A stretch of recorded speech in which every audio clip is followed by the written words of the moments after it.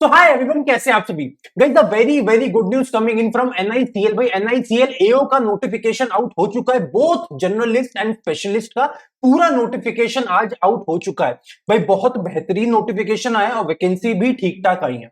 भाई सबसे पहले देख लेते हैं भाई ऑनलाइन रजिस्ट्रेशन कब से चालू हो रहे हैं। तो 2 जनवरी मतलब आज लगा लो, अपना न्यू ईयर चालू होते के साथ ही आपका यहाँ पे इनके रजिस्ट्रेशन चालू हो जाएंगे। सारी चीजें ऑनलाइन है, सारा एग्जामिनेशन भी ऑनलाइन है।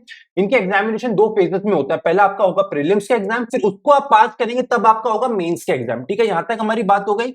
अब जल्दी से मैं आपको यहाँ पे वैकेंसीज दिखा देता हूं। तो देखो ऊपर यहाँ पे स्पेशलिस्ट वाली वैकेंसी है, मतलब जो अलग अलग वैकेंसीज लेके आए हैं, डॉक्टर का, लीगल, फाइनेंस, वो आप बाद में खुद से देख लेना। मेरा यहाँ पे फोकस रहेगा जर्नलिस्ट की वैकेंसी के ऊपर, बिकॉज भाई मैं भी एज अ जर्नलिस्ट ही अप्लाई करता, तो मेजोरिटी स्टूडेंट जर्नलिस्ट की तरह ही अप्लाई करते हैं। तो यहाँ पे जो टोटल जर्नलिस्ट की वैकेंसी आई है वो आई है 130 और 2 बैकलॉग की वैकेंसी, मतलब 132 टोटल वैकेंसी आई है।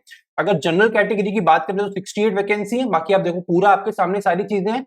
भाई ऑल इन ऑल बहुत अच्छा वैकेंसी है। वैकेंसी अच्छा क्यों, मैं आपको यहाँ पे ये दिखाता हूँ, बिकॉज यहाँ पे जो इनका टोटल सैलरी होता है वो बहुत अच्छा होता है।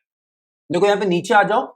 हाँ देखो यहाँ पे प्रोबेशन आपको बता देता हूँ, एक एक करके सारी चीजें नोटिफिकेशन से ही देख लेते हैं। यहाँ पे सबसे पहले आपका प्रोबेशन पीरियड होता है। प्रोबेशन पीरियड मतलब 1 साल आप परमानेंट नहीं होते, 1 साल का आपका प्रोबेशन पीरियड होता है। उसमें ये लोग चेक करते हैं कि आप लोग अच्छे से काम कर रहे हैं कि नहीं कर रहे, और फिर 1 साल के बाद आप लोग परमानेंट हो जाते हैं। ठीक है, यहां तक बात हो गई। पर एक जो चीज मुझे ज्यादा अच्छी नहीं लगी है, बोले मुझे थोड़ी कटगी है भाई, वो है इनका सर्विस बॉन्ड या बोले गारंटी बॉन्ड। भाई यहाँ पे बोल रहे हैं कि आपको मिनिमम 4 साल ऑर्गेनाइजेशन में काम करना पड़ेगा। भाई जनरली बैंक्स में 3 साल का बॉन्ड होता है, अभी 4 साल का इन्होंने 1 साल और बढ़ा दिया। 4 साल का आपको यहाँ पे बॉन्ड साइन करना पड़ेगा कि 4 साल से पहले आप लोग ऑर्गेनाइजेशन नहीं छोड़ सकते। और अगर 4 साल से पहले छोड़ देते हो तो 1 साल का ग्रॉस सैलरी जितना भी एनआईसीएल आपको देगा, उल्टा आपको इनको जमा कराना पड़ेगा जॉब छोड़ने से पहले। यहां तक की बात हो गई। इसके अलावा सैलरी की बात करें तो भाई सैलरी देखो यहाँ पे बहुत ही प्यारा है। टोटल सैलरी आपको जो मंथली आएगा वो आएगा around 85,000 per month in metro cities, मतलब 85,85,000 रुपए पर महीने की तनख्वाह आपको यहाँ पे ये लोग देंगे। बहुत बेहतरीन ऑर्गेनाइजेशन है ये। इसके अलावा एजुकेशन क्वालिफिकेशन की बात कर लें तो स्पेशलिस्ट के एजुकेशन क्वालिफिकेशन के लिए। बाकी अगर जर्नलिस्ट की बात करें तो जर्नलिस्ट में क्या लिखा है भाई, कोई भी ग्रेजुएशन या पोस्ट ग्रेजुएशन होना चाहिए, पर एटलीस्ट 60% मार्क्स आपके यहाँ पे होने चाहिए अगर आप जनरल अप्लाई कर रहे हैं, और 55% एटलीस्ट अगर आप SC ST से अप्लाई कर रहे हैं।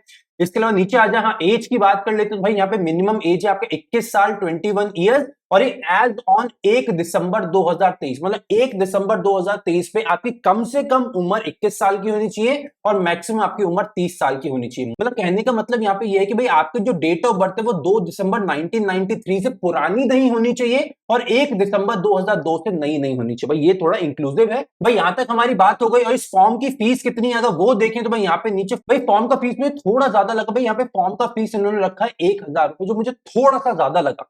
बाकी अगर एग्जामिनेशन की बात करें तो भाई टोटल वही एग्जामिनेशन होता है। 2 फेज में एग्जामिनेशन है। पहला है प्रीलिम्स एग्जामिनेशन, फिर है आपका मेंस एग्जामिनेशन।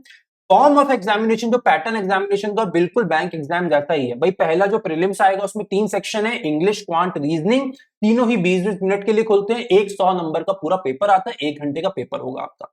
वही मेंस एग्जाम की बात करें तो भाई जर्नलिस्ट के लिए क्या होगा, भाई टोटल 5 सेक्शन आएंगे, reasoning, English, GK, computer, quant. सारे के सारे सेक्शन 50-50 नंबर, 50-50 क्वेश्चन होंगे। तो अगर टाइम की बात करें तो 40-40-40 हो गया आपका 120, और 60-180, 3 घंटे का आपको कुल पेपर रहेगा। यहां तक हमारी सारी बात हो गई।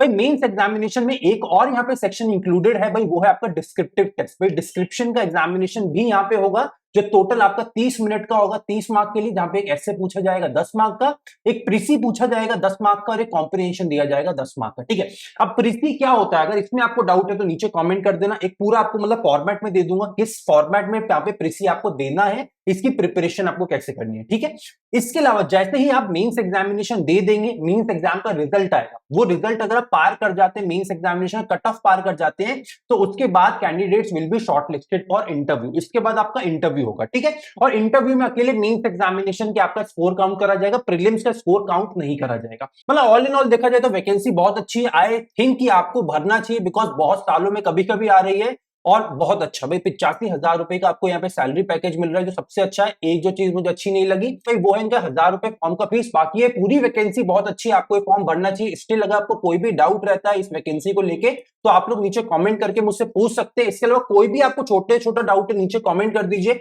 और मैं अपनी पूरी कोशिश करूंगा कि जल्द से जल्द आपके सारे डाउट्स को क्लियर आउट करा जाए।